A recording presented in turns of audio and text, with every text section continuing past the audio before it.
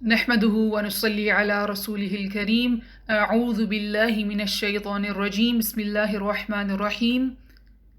پچھلے لیسن میں ہم نے اسم کی تھرڈ پراپرٹی کو ہلکا سا ٹچ کیا تھا۔ ہم نے رفع نصب جر کو انگریزی جملوں کے ذریعے سے سمجھنے کی کوشش کی تھی۔ رفع ڈوئر ہوتا ہے، نصب ڈیٹیلز ہوتی ہیں اور جر آفٹر آف ہوتا ہے۔ انشاءاللہ آج ہم رفع نصب اور جر کو قرآن کے ذریعے سے سمجھنے کی کوشش کریں گے۔ پچھلے لیسن کا چھوٹا سا ریکیپ۔ داؤد علیہ السلام کلڈ جالوت، اس جملے میں ایکٹ کیا ہے؟ کلنگ۔ اور وہ ایکٹ کس نے کی ہے؟ داؤد علیہ السلام نے۔ تو گویا کہ وہ رفع ہوئے کیونکہ ایکشن انہوں نے کیا ہے، وہ ڈوئر ہیں۔ اور who did he kill، انہوں نے کس کا قتل کیا؟ جالوت کا۔ تو یہ ایک ڈیٹیل ہے، اس لیے یہ نصب ہے۔ اللہ sent his messenger، اس جملے میں ایکٹ کیا ہے؟ sent۔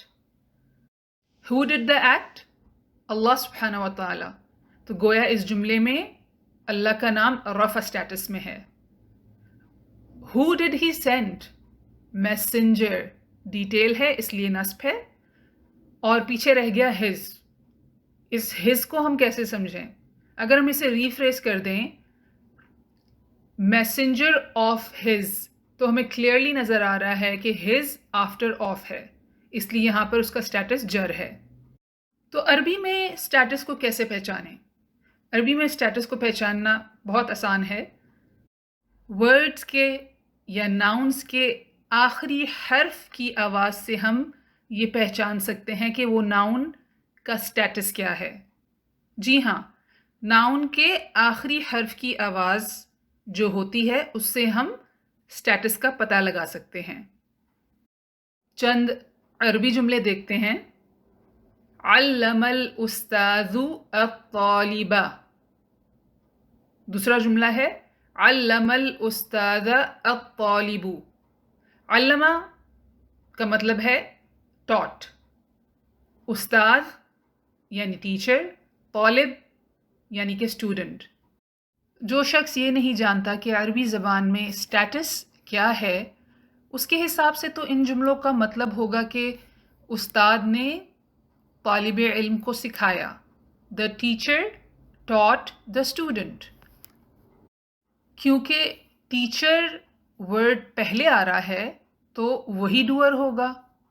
عام طور پر اردو اور انگریزی زبان میں کام کرنے والا سینٹینس میں پہلے مینشن کیا جاتا ہے۔ جیسے مثال کے طور پر داؤد کلڈ جالوت، اس جملے میں کلر کون ہے؟ داؤد، کیونکہ ان کا نام پہلے آیا ہے۔ اگر میں کہہ دوں جالوت کلڈ داؤد، تو کلر کون ہے؟ جالوت، کیونکہ جملے میں جالوت پہلے آیا ہے۔ انگلش اور اردو میں ہم سیکوینس کے حساب سے چلتے ہیں موسٹ آف دا ٹائم۔ جو اسم پہلے آ گیا وہی ڈوئر ہوگا، لیکن عربی زبان میں ایسا نہیں ہے۔ تو پھر سوال یہ اٹھتا ہے کہ ان جملوں میں ڈوئر کون ہے؟ ویری سمپل، جیسا کہ میں نے آپ کو بتایا تھا کہ ہم ناؤن کے آخری حرف کی آواز سے پہچان سکتے ہیں کہ کون سے ورڈ کا سٹیٹس کیا ہے۔ تو ان جملوں میں جہاں پر بھی او کی آواز آئے گی وہ ڈوئر ہوگا، رفع ہوگا۔ آپ غور سے سنیں۔ علم الاستاذ الطالبہ، او کی آواز استاذ کے آخر میں آئی ہے، تو اس کا مطلب اس جملے میں ٹیچنگ کا کام استاذ نے کیا ہے۔ جملہ نمبر 2 دیکھیے۔ علم الاستاذ الطالب، یہاں پر او کی آواز طالب پر آئی ہے۔ اس جملے میں پڑھانے کا کام اسٹوڈنٹ کر رہا ہے۔ پہلے جملے کا مطلب ہے the teacher taught the student، دوسرے جملے کا مطلب ہے the student taught the teacher۔ آپ نے غور کیا ہوگا کہ دونوں جملوں میں استاذ طالب علم سے پہلے مینشن کیا گیا ہے، لیکن اس سے کوئی فرق نہیں پڑا۔ صرف ورڈ کے آخری ساؤنڈ سے ہمیں پتہ چلا کہ ڈوئر کون ہے۔ ان ورڈز کو دیکھیے۔ الکتابو کتابن، الکتاب کتابن، الکتابی کتابن۔ ان ورڈز کی آخری ساؤنڈز پر توجہ دیجیے۔ او ان، آ ان، ای ان تمام ورڈز میں فرق کیا ہے؟ الکتابو اور کتابن رفع سٹیٹس ہے، الکتابہ اور کتابن نصب سٹیٹس ہے، الکتابی اور کتابن جر سٹیٹس ہے۔ آگے بڑھنے سے پہلے میک شور کہ آپ کو پتا ہو کہ کون سی ساؤنڈ رفع ہے، کون سی ساؤنڈ نصب ہے، کون سی ساؤنڈ جر ہے۔ اب ایکسائٹنگ پارٹ، انشاءاللہ ہم قرآن کی چند آیات میں دیکھیں گے کہ کون سا ورڈ رفع ہے، کون سا ورڈ نصب ہے اور کون سا ورڈ جر ہے۔ چونکہ ہماری انفارمیشن ابھی انکمپلیٹ ہے تو ہم تمام ورڈز کو انالائز نہیں کریں گے، چند ورڈز ہم سکپ کر جائیں گے۔ پہلی آیت دیکھیں، بسمی، ای ساؤنڈ ہے تو یہ کیا سٹیٹس ہوا؟ جر۔